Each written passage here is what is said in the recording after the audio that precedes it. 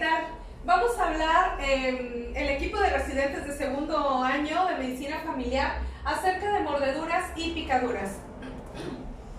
Vamos a iniciar con la picadura de araña, que en su mayoría las arañas solamente causan dolor y edema. Otras pueden incluso provocar la muerte, como lo es el caso de la viuda negra y la violinista, que son las que vamos a abordar el día de hoy. Dentro de las definiciones vamos a tener que es una lesión cutánea provocada por la mordedura seguida de inoculación de sustancias tóxicas. Estas sustancias tóxicas a su vez van a provocar lesión de tejidos y alteraciones fisiopatológicas variables. Estas alteraciones pueden ser locales o sistémicas. Dentro de este grupo de animalitos ya hablamos que es la araña violinista, que también se llama araña parda o la capulina o viuda negra. Es importante conocer las características de cada una de ellas para que sepamos cómo abordarlas. Por ejemplo, el oxocelismo es provocado por la araña violinista. Esta araña es muy pequeñita, mide de 8 a 15 centímetros, tiene un abdomen oval y tiene la característica de un dibujito en forma de violín en su cabeza, y de ahí viene su nombre. Y uno de los grupos de edades pediátricos más afectados son los lactantes. Bien, acerca de esta enfermedad, tenemos que lo más común es que se presente de forma local o cutánea. Esta es originada por la acción de la esfingomielinasa D sobre la esfingomielina de la membrana de los eritrocitos, y esto es lo que causa principalmente la necrosis y la hemólisis. La leve va a ocasionar una lesión a nivel local solamente, y el sistémico visceral pues va a ser un compromiso mucho más importante, que eventualmente se puede volver en un compromiso letal. El Latrodectus mactans, que es la araña capulina o viuda negra comúnmente conocida, la hembra es la que causa principalmente o es responsable de la mayor toxicidad, y con frecuencia se encuentra dentro de las habitaciones. Es muy frecuente que nos infectemos a través de lesiones accidentales, es decir, cuando nos sentamos sobre ella o la pisamos. Como recomendación para el tratamiento o el manejo de estos animalitos, siempre se recomienda llevar el animalito para que sepamos cuál fue el que le picó al paciente, para que podamos identificarlo, establecer el tratamiento, detectar si hay alguna complicación o describir los diagnósticos diferenciales.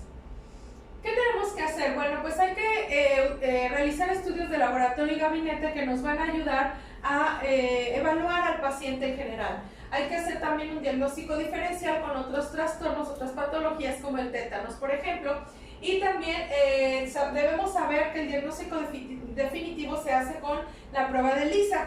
A veces es difícil el diagnóstico porque no siempre duele estos piquetes. El tratamiento, bueno, es sintomático principalmente y se da a base de hielo. Hay que limpiar la herida, hay que reposar la herida, inmovilización de la parte afectada, y los esteroides se van a dar solamente cuando se trate de algo más grave como visceral o la paciente se encuentra embarazada. Hay que dar la profilaxis antitetánica, y la Dapsona, que es un antibiótico, hay que utilizarlo con precaución. Ahora vamos a hablar acerca del piquete o la picadura de garrapata. La garrapata es un hematófago que infecta todo tipo de mamíferos, incluido el hombre, y puede producir reacciones de hipersensibilidad, incluido el choque anafiláctico. Estudiaremos entonces dos especies que son las que se encuentran en nuestro país, que es la garrapata blanda y la garrapata dura. La garrapata blanda es un vector de la fiebre recurrente endémica, es del género Borrelia, y también afectan en zonas rurales, que es obviamente donde se encuentran más los animales ovinos, que son donde pueden tener mucha infestación de garrapatas. El agente transmisor es el Ornithodorus erraticus, que es el que va a llevar pues la infección al paciente. Las garrapatas duras o argácidos son los principales vectores de enfermedades infecciosas en el mundo industrializado, y su ciclo vital puede durar hasta 3 años y tiene 3 estadios o 3 periodos, que son la larva, la ninfa o el adulto, y la infección se puede dar en cualquiera de estos periodos. Por ejemplo, hay algunos que cuando son infectantes cuando son forma de ninfa, y otros que son infectantes cuando son adultos. Hay 3 factores que se deben presentar para que se dé la infección. Uno de ellos es que la especie de garrapata existe en esa zona. El número 2 es que el paciente sea susceptible a esa enfermedad. Y otra, que la garrapata esté infectada, ya que si la garrapata no tiene al parásito o a la bacteria, no va a causar enfermedad. El cuadro clínico frecuentemente se da en la fiebre endémica, episodios febriles que van a durar varios días y así como inician abruptamente también se van a quitar de manera abrupta. Puede haber escalofríos, cefaleas, mialgias, fotofobia, tos, vómitos, hepatosplenomegalia, sufusión conjuntival, exantema macular, papular o petequial. En algunos casos los pacientes van a presentar leucopenia o trombocitopenia, de ahí la importancia de hacer la biometría hemática. Y también pueden llegar a presentar inclusive trastornos neurológicos como la meningitis, encefalitis, coma, convulsiones o afectación de los pares craneales. El diagnóstico es a través de un frotis de sangre periférica y vamos a observar las espiroquetas en ese frotis. El tratamiento en niños, no nos vamos a centrar en ellos en este momento, son dentro de las pautas cortas que se recomiendan más, son la doxiciclina. En algunas bibliografías dicen que hay que dar 4 miligramos por kilogramo por dosis y otras son 2.2 miligramos por kilogramo dosis. Pero en este caso vamos a tratar este esquema en donde los niños menores de 45 kilogramos van a tener esta dosis y los de mayores de 45 kilogramos esta dosis. Siempre van a ser 3 dosis en total. Aquí están unas imágenes de lo que provocan, de las lesiones que se provocan en esta infección, incluida la linfadenopatía, que podemos observar aquí un ganglio linfático aumentado de tamaño y varias lesiones diferentes en diferentes regiones del cuerpo. Y bueno, también estos animalitos pueden provocar una enfermedad que se llama enfermedad de Lyme o Lyme. Esta enfermedad podemos clasificarla en 3 fases, que es la fase precoz localizada, la fase precoz diseminada y la fase crónica. En cada una de ellas tiene ciertas características y para que se llame crónica, por ejemplo, debe ser repetitivo o recidivante al menos 6 meses de duración y entonces estaríamos hablando del estadio 3 de la infección. Aquí estamos viendo otras imágenes, espero que logren verlo. Tenemos un eritema, un halo eritematoso y aquí tenemos otro. No siempre se va a presentar de este tamaño, casi siempre son pequeñitos. Ahora, la picadura de alacrán también es muy común en nuestro país y tenemos varias especies de alacrán en nuestro país. Estos animalitos son los animales más antiguos que se conocen, incluso podemos encontrar hasta fósiles de hace muchos millones de años, en donde ellos ya existían y también se usaban en cultos antiguos incluso.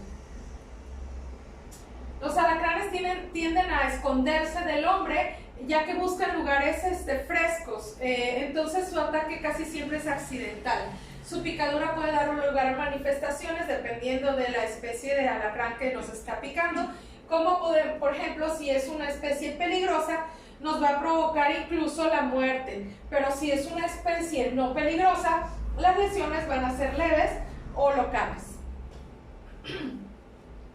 De acuerdo a los grupos de edades, vamos a observar que los grupos de edades más afectados son los adultos jóvenes y los menos afectados son los menores de 5 años, aunque también en ellos la afectación es mucho más importante porque pueden presentar mayores complicaciones. Algunos datos importantes es que atacan más de noche y aumentan en las zonas urbanas, en interiores de casas, porque ellos están buscando lo fresco. Y pican más en los miembros inferiores, generalmente no los vemos y los pisamos y entonces nos pican. Hay que apurarse a dar el tratamiento y el veneno puede producir inmunidad. ¿Qué manifestaciones clínicas va a tener esta picadura? Bueno, ahí puede haber dolor local y en algunos casos parestesias o sensación de adormecimiento de las manos, sensación de cuerpo extraño en la faringe, contracciones involuntarias, fasciculaciones linguales, es decir, la lengua como que brinca, la cialorrea, nixtagmus, fiebre, hipertensión arterial sistémica. Dentro de las acciones que debemos llevar a cabo con estos pacientes es que tenemos que atenderlos oportunamente, hay que estarlos vigilando muy de cerca, hacer un examen físico generalizado, una historia clínica muy precisa Y bueno, hay que vigilar si hay manera de trasladarlo a un hospital si nosotros no tenemos todos los recursos para poderlos tratar. Hay que trabajar en las medidas higiénicas de la casa, buscar más alacranes porque generalmente hay más. En los casos leves no hay que aplicar el antialacrán, simplemente va a pasar solito, no hay que dar a lo mejor un antiinflamatorio. Hay que registrar todos los casos en la medida de lo posible, tratar y vigilar el padecimiento y se pueden utilizar algunos medicamentos de apoyo, como yo les decía, si no vamos a dar el antialacrán, podemos dar anticolinérgicos, incluso si hay necesidad de dar el antialacrán y aparte un anticonvulsivo porque el paciente está convulsionando, bueno, entonces también se le puede dar. Importante, más del 80% de las defunciones por intoxicación por picadura de alacrán se presentan en los niños pequeñitos. Por eso es muy importante que cuando un niño pequeño llegue a nuestra unidad médica con una picadura de alacrán, hay que darle atención oportuna y pronta. Hay que tomar en cuenta la edad y el peso, porque ya vimos que el tratamiento es por kilo de peso, calculado para los niños. El suero antialacrán se elabora en nuestro país, es muy efectivo y es elaborado en plasma de quinos. ¿Y cuándo debemos usarlo y en quién? Bueno, podemos usarlo en todo menor de 5 años que se haya confirmado la agresión del arácnido o del alacrán o del insecto en este caso y presente unas manifestaciones de intoxicación en el momento del examen médico. En todos aquellos mayores a esta edad, es decir, aquellos que sean más grandes, que también presenten signos y síntomas de enfermedad como prurito nasal, molestia faríngea, fiebre, disnea, hipertensión y arritmias cardíacas. A todos ellos hay que darles el suero antialacrán y hay que iniciarlo lo más rápido posible. Ahora, ¿cuántos frascos vamos a utilizar? Se pueden utilizar 3 o más frascos dependiendo de la experiencia del médico, dependiendo del caso clínico, dependiendo del tipo de alacrán que picó al paciente. De acuerdo a eso vamos a determinar el número de frascos que vamos a estar utilizando. Dentro de las reacciones alérgicas no se conocen en nuestro país de nuestro antialacrán, del que se desarrolla aquí. Y algunos recomiendan uso de clorfenamina junto con el suero, obviamente para evitar esas reacciones alérgicas. El tratamiento sintomático se puede dar con acetaminofén, hipotermia con medios físicos, anestesia local, tranquilizantes, antieméticos, incluso se pueden utilizar antihipertensivos, ya que como vimos puede ocasionar hipertensión arterial. Cada caso debe ser notificado a epidemiología, debe ser notificado a nivel nacional. Bueno, vamos a continuar con el siguiente con el tema de mordeduras y picaduras. Yo les voy a hablar de mordeduras de serpientes o también conocida como ofidios. Esta mordedura lo que va a causar es una lesión cutánea seguida de la inoculación de sustancias tóxicas, que es el veneno, y estas van a lesionar los tejidos y condicionan alteraciones fisiopatológicas de gravedad variable. En el continente americano, nuestro país ocupa el primer lugar en la hipertofauna venenosa. Los estados de mayor prevalencia de estas serpientes venenosas va a ser el estado de San Luis Potosí, Veracruz, Puebla, Hidalgo, Guerrero y Oaxaca. Aquí existen 2 familias de serpientes con veneno. Una de ellas es la Viperidae, que va a incluir la serpiente de cascabel, la nauyaca y la cántid. Y también está la Elapidae, que va a incluir las coralillo y las serpientes de coral. Como podemos ver aquí, hay una prevalencia del 44.9% de mordeduras por la serpiente de cascabel, un 42.8% de las nauyacas y un 4% de las coralillo. Bueno, ¿cómo vamos a diferenciar si una serpiente es venenosa o no? Una característica va a ser sobre todo la cabeza. Las víboras van a tener una cabeza triangular, mientras que las culebras va a ser ovalada. Y otra importante característica va a ser la mordedura. En las víboras va a ser una incisión, 2 incisiones paralelas, mientras que la culebra va a ser una incisión en U. ¿Cuáles van a ser los sitios de más mordedura en los pacientes? En un 72% se van a presentar en los pies, en un 14% en las piernas, un 13% en las manos y en la cara solo un %. ¿Cuáles van a ser estas manifestaciones que van a causar estas mordeduras? Lo que pueden provocar es un dolor intenso, hematoma, edema local, incluso llegar a la celulitis. Estas inmediatamente pueden progresar a parestesias, astenia, adinamia y llegar incluso hasta parálisis de músculos faciales, y esto se puede agravar y llegar a una dificultad respiratoria y arritmias, incluso el colapso circulatorio. Bueno, ¿cómo vamos a hacer el diagnóstico? Pues el diagnóstico va a ser con los signos y síntomas de acuerdo con cada paciente y también dependiendo del tipo de serpiente, pero lo más importante para nosotros es valorar la gravedad del cuadro tóxico, y aquí, como vemos en este cuadro, vamos a darle un grado 0 a 3. En el grado 0 es donde no existe envenenamiento. Aquí vamos a ver marcas solamente de los colmillos. En el grado 1, que es un envenenamiento leve, aquí vamos a ver un edema local moderado sin sintomatología sistémica. En el grado 2, que es un envenenamiento moderado, aquí el edema ya es un poco más local y marcado. Se puede presentar la equimosis y ya van a haber manifestaciones sistémicas leves como náusea, vómito, mareo o incluso el diarrea. Y en el grado 3, que es un envenenamiento grave, que aquí el edema ya es más regional, el dolor es muy intenso, hay sintomatología sistémica e incluso repercusiones biológicas graves, que puede llegar al shock, a trastornos neurológicos y otras causas. ¿Cuáles son los estudios de laboratorio que debemos de pedir a estos pacientes? Va a ser una biometría hemática para ver las plaquetas, los tiempos de coagulación, la química sanguínea, los electrolitos séricos y la creatinina-fosfocinasa. Bueno, en cuanto a tratamiento, ¿qué es lo que debemos hacer ante una mordedura? Bueno, primero es mantener la calma, alejarnos de la serpiente, no hay que tratar de capturarla o matarla. No vamos a tocar el sitio de la mordedura como antes se pensaba, de que hay que cortar y hay que succionar el veneno. No, hay que remover todos los objetos como anillos, pulseras, por el edema que este puede causar. Lo más importante aquí que recomiendan es acostar al paciente de lado, ya que esto puede, si se acuesta sobre boca arriba de cúbito, esto puede provocar bloquear las vías respiratorias. Y lo más importante es acudir a atención médica inmediata.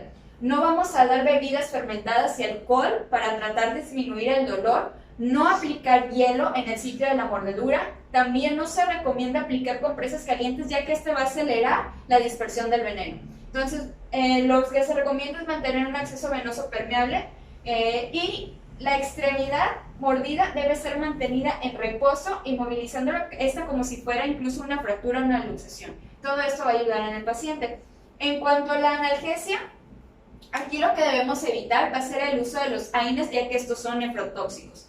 En cuanto si es por vía oral, lo que podemos utilizar es el paracetamol. Si no tenemos esta a la mano, se puede utilizar metamizol sódico. Y si ya tenemos una vía parenteral, lo que debemos utilizar son los opiáceos. Entonces, como vimos anteriormente, dependiendo del cuadro de gravedad, es cómo vamos a utilizar el tratamiento. Y aquí tengo el cuadrito donde podemos ver si es un grado 0, entonces es solo observación y la administración de soluciones. Dependiendo cómo va avanzando de grado, es como vamos a utilizar el antiviperino. Se va a iniciar con 4 frascos hasta llegar a 6 a 8 frascos. Y en cambio en el tratamiento anticoralina, que es un poco diferente, si es un grado de 0 sospecha, igual vamos a utilizar la observación y la administración de soluciones, pero aquí vamos a utilizar o iniciar con 2 a 3 frascos hasta llegar a 8 a 9, y tiene una dosis de sostén que empieza con 3 o más frascos, incluso puede llegar a 9 o más frascos.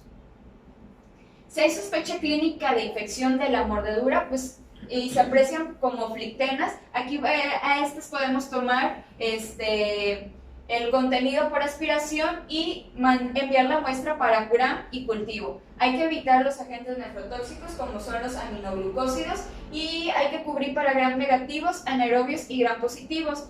La cavidad oral del veneno de la serpiente se han aislado estreptococos del grupo D y enterobacterias. Entonces, algunas alternativas del tratamiento con antibióticos son clindamicina, ciprofloxacina o ceftriaxona.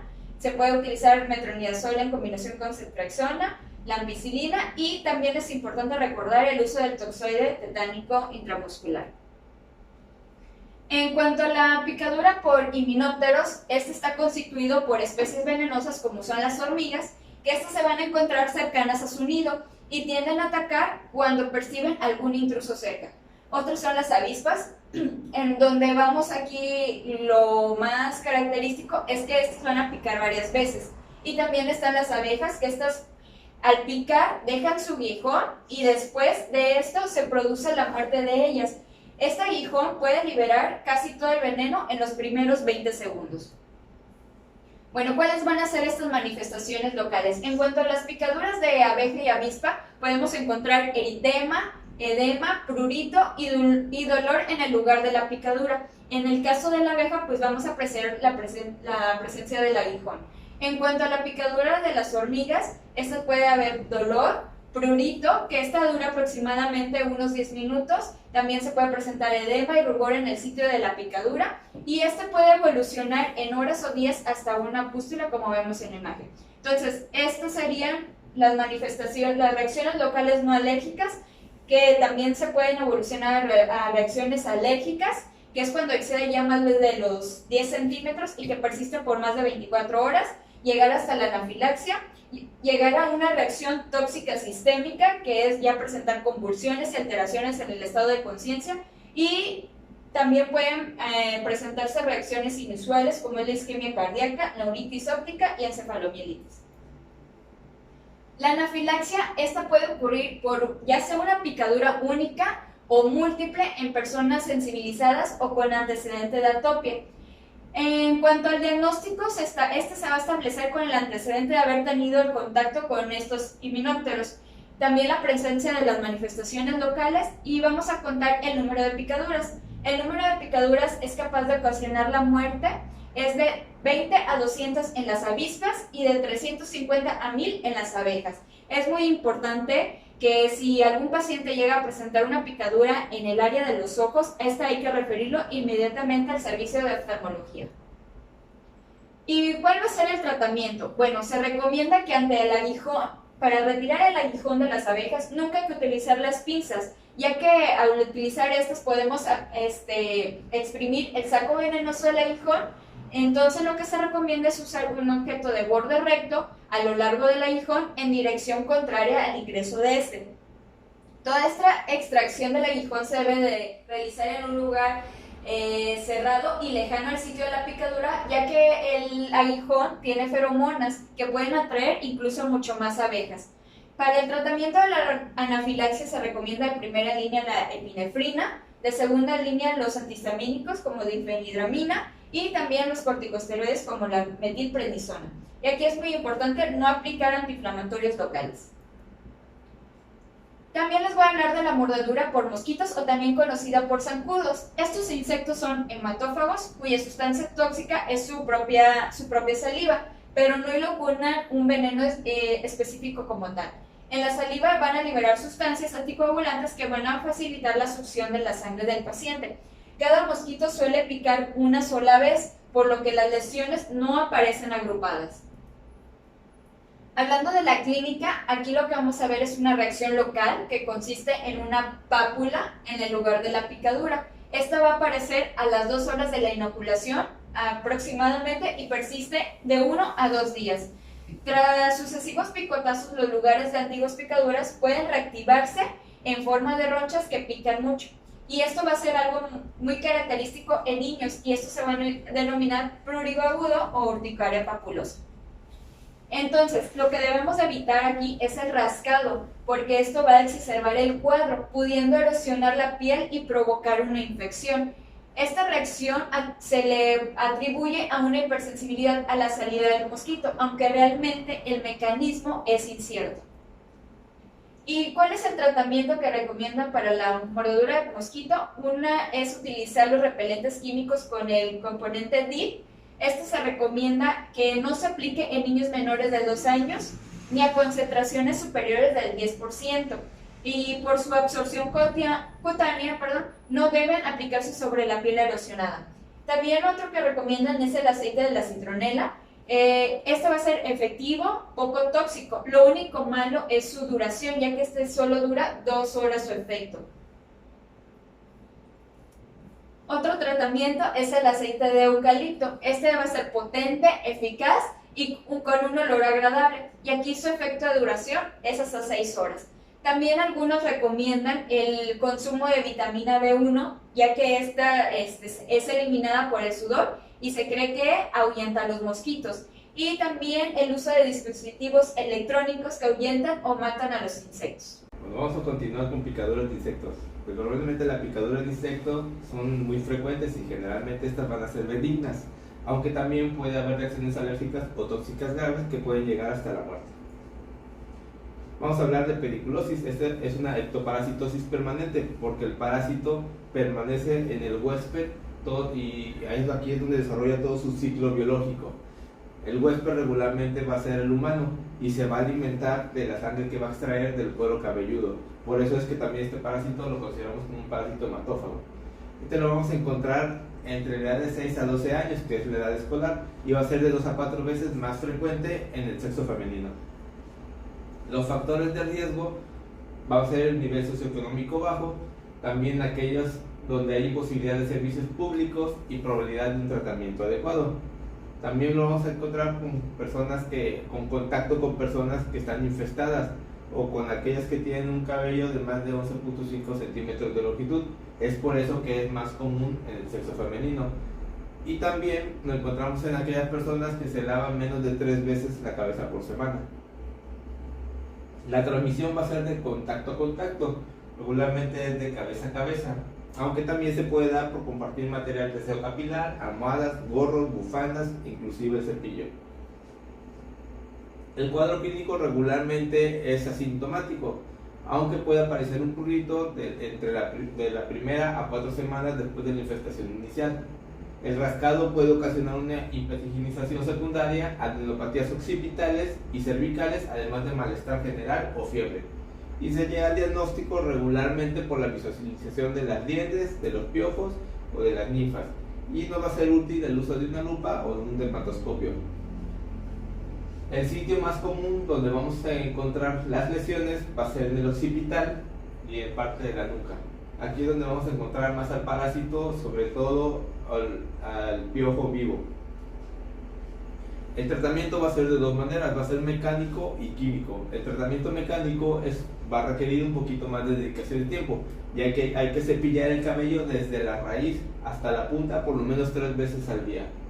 El tratamiento químico lo podemos dividir en orales y tópicos. Este tratamiento se va a excluir a menores de 6 meses, mujeres embarazadas o en periodo de lactancia o en personas con hipersensibilidad a la fórmula.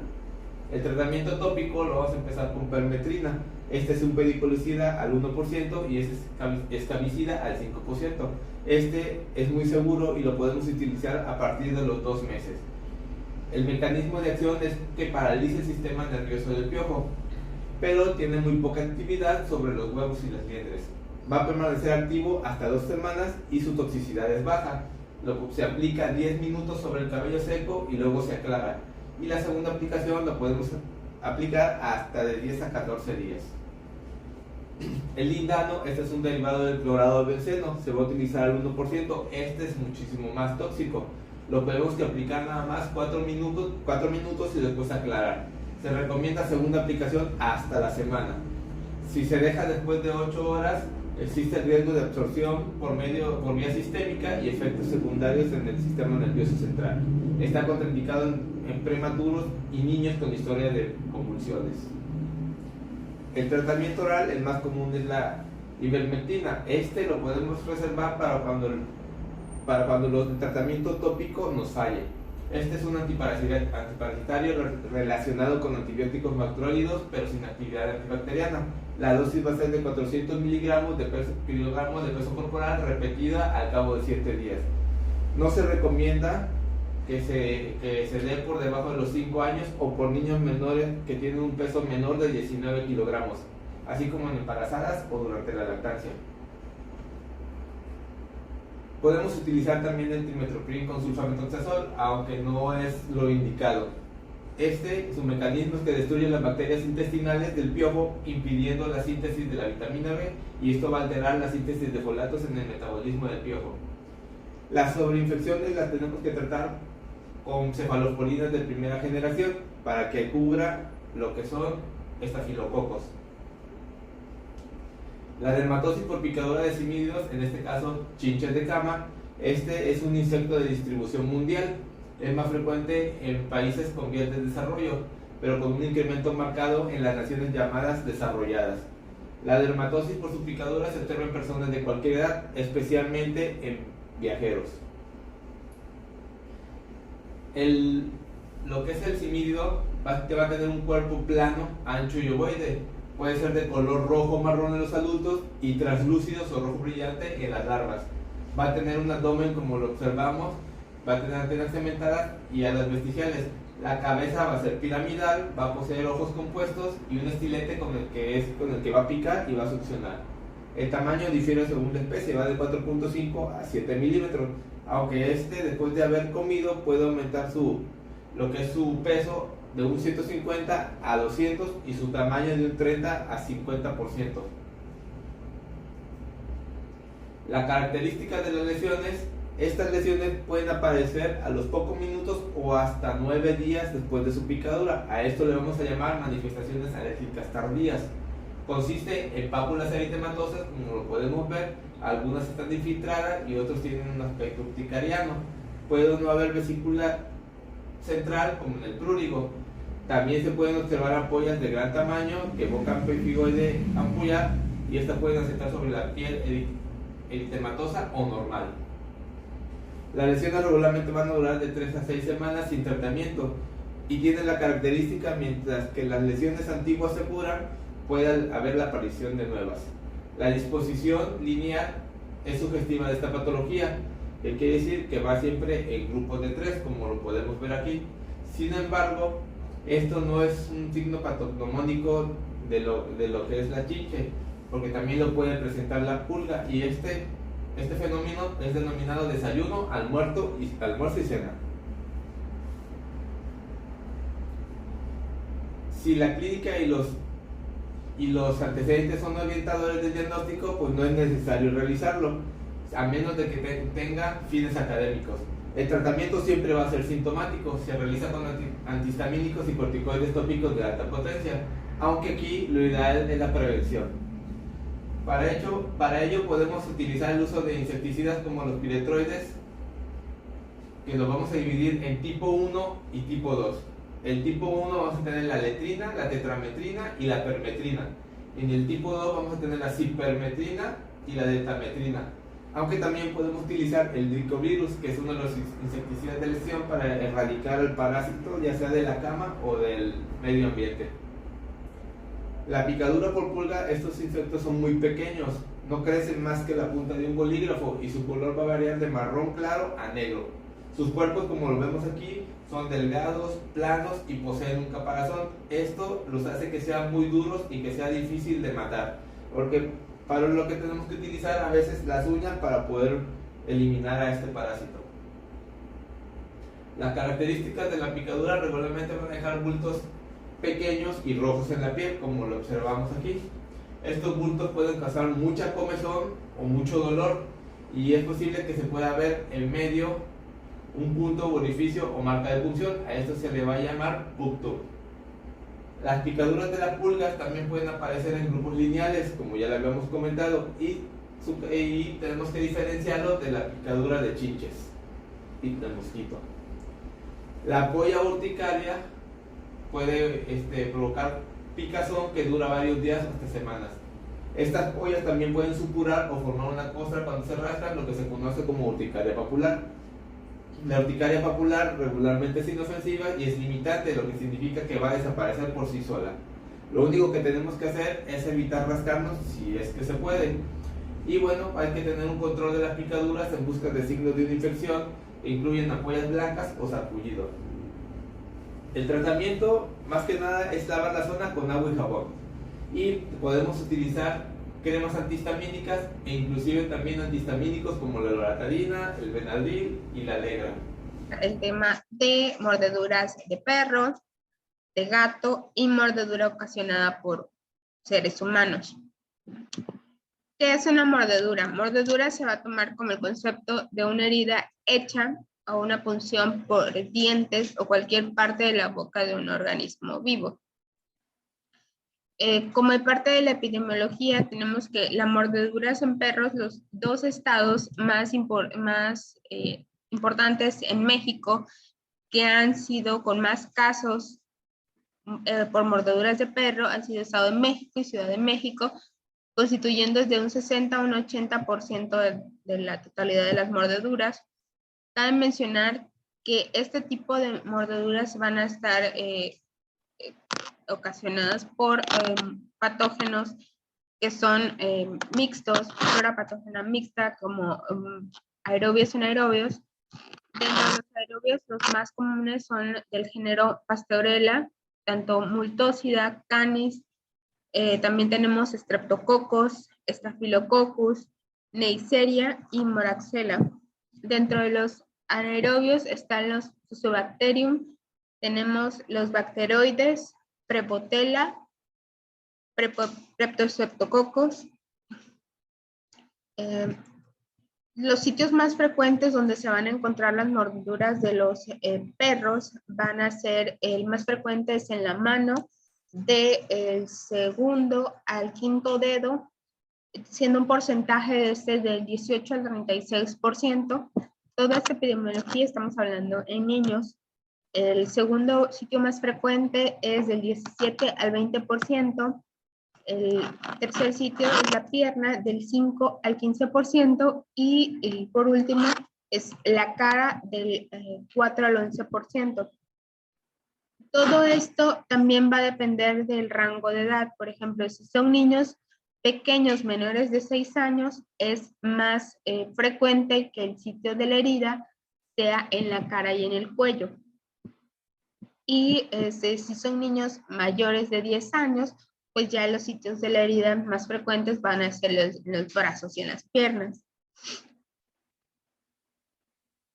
Dentro de las mordeduras de gatos, los gatos abarcan de un 20 a un 30% dentro de las mordeduras de animales mamíferos, y estas tienen mayor probabilidad o mayor incidencia de infección en comparación con otros mamíferos.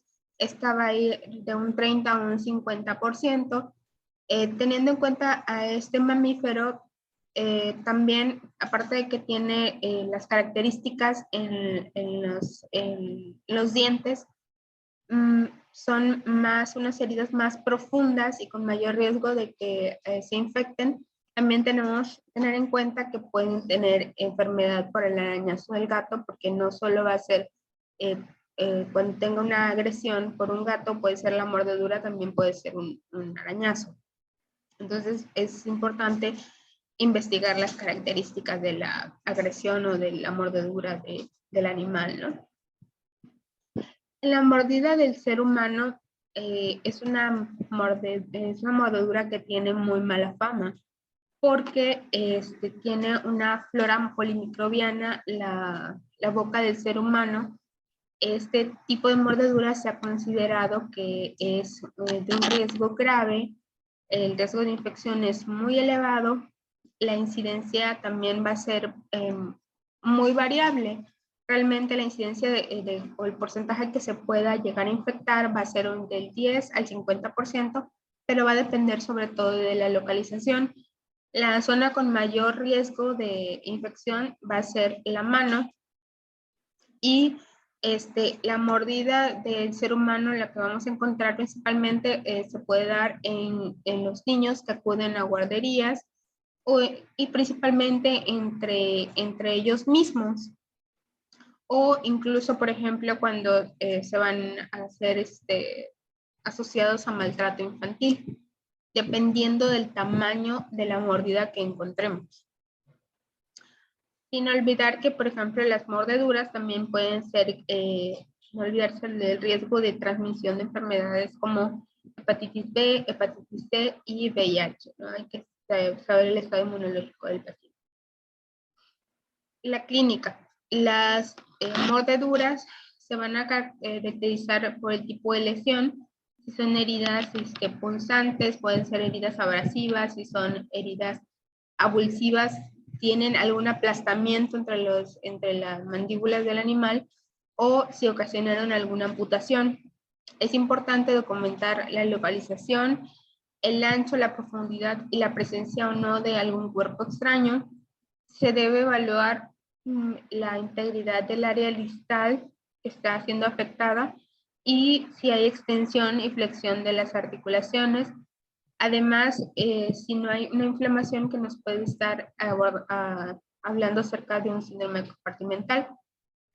También las heridas se van a clasificar de acuerdo a la clasificación de RUEF en grado 1, grado 2 y grado 3. El grado 1 es heridas superficiales, el grado 2 van a ser heridas que se extienden a la fascia, músculo o cartílago, y las heridas grado 3 ya van a ser heridas que tienen necrosis y pérdidas del tejido. Dentro de las heridas por mordedura de perro, la mayoría, el 60%, van a ser heridas punzantes, el 10% son laceraciones y el 30% son combinadas de punzantes y laceraciones. Esto va a ser debido a las características que tienen los colmillos de los perros, ya que van a ser más amplios y romos, y generalmente solo van a causar laceraciones que van a involucrar a los tejidos superficiales, lo cual podrá explicar que solo el 25% de estas heridas sean las que realmente se compliquen. Se puede observar datos de infección como fiebre, edema, eritema, drenaje purulento de la herida, celulitis, abscesos y linfadenopatía. De acuerdo a la herida por mordedura de perro, también lo asociamos a riesgo por la exposición probable a rabia, y eso se clasifica de acuerdo a sin riesgo, riesgo leve y riesgo grave.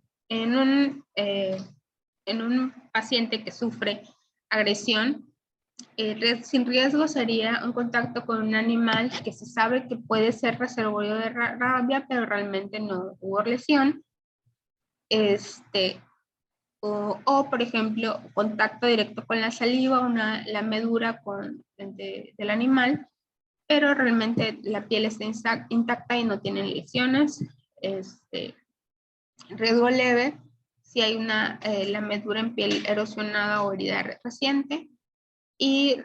O, por ejemplo, mordedura superficial, que incluye epidermis, dermis y tejido subcutáneo.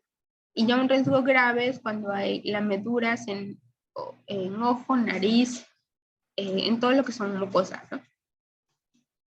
Mordeduras superficiales en cabeza, cuello, miembros superiores o genitales, o en general mordeduras múltiples en cualquier parte del cuerpo. Entonces, por ejemplo, si ya nos llega alguien que tiene alguna mordedura por perro, inmediatamente, en cuanto ya nos está diciendo que tiene piel erosionada, entra en riesgo leve o en riesgo grave, dependiendo de dónde fue la afectación. O sea, si solo tiene o sea, que lo lame, realmente no, pues sí hay un riesgo para rabia, pero no se tendría que estar el animal infectado, pero realmente no está afectando no hay pérdida de la continuidad de la piel. El tratamiento de la mordedura se basa en analgésicos y para que nos permitan una adecuada exploración. Para eso ocupamos lidocaína para que podamos retirar parte del tejido desvitalizado y podamos manejar el dolor y posteriormente para poder revisar y realizar la curación. Y en niños generalmente se puede utilizar midazolam o como sedación analgesia, dependiendo del grado de afectación que tenga la mordedura. Generalmente son mordeduras pues graves, ¿no? Que tengan mucha área afectada, que no nos permita manejar que no se pueda tratar al paciente, ¿no? Todo es dependiendo en cada caso. Para la limpieza de la herida se recomienda cloruro de sodio al 0.9%, una irrigación abundante, tratamiento con povidona ayudada al 1%, y asimismo se debe de evitar una irrigación abundante o con una presión. La irrigación debe ser abundante, pero no debe ser una presión muy alta con el riesgo de dañar aún más los tejidos.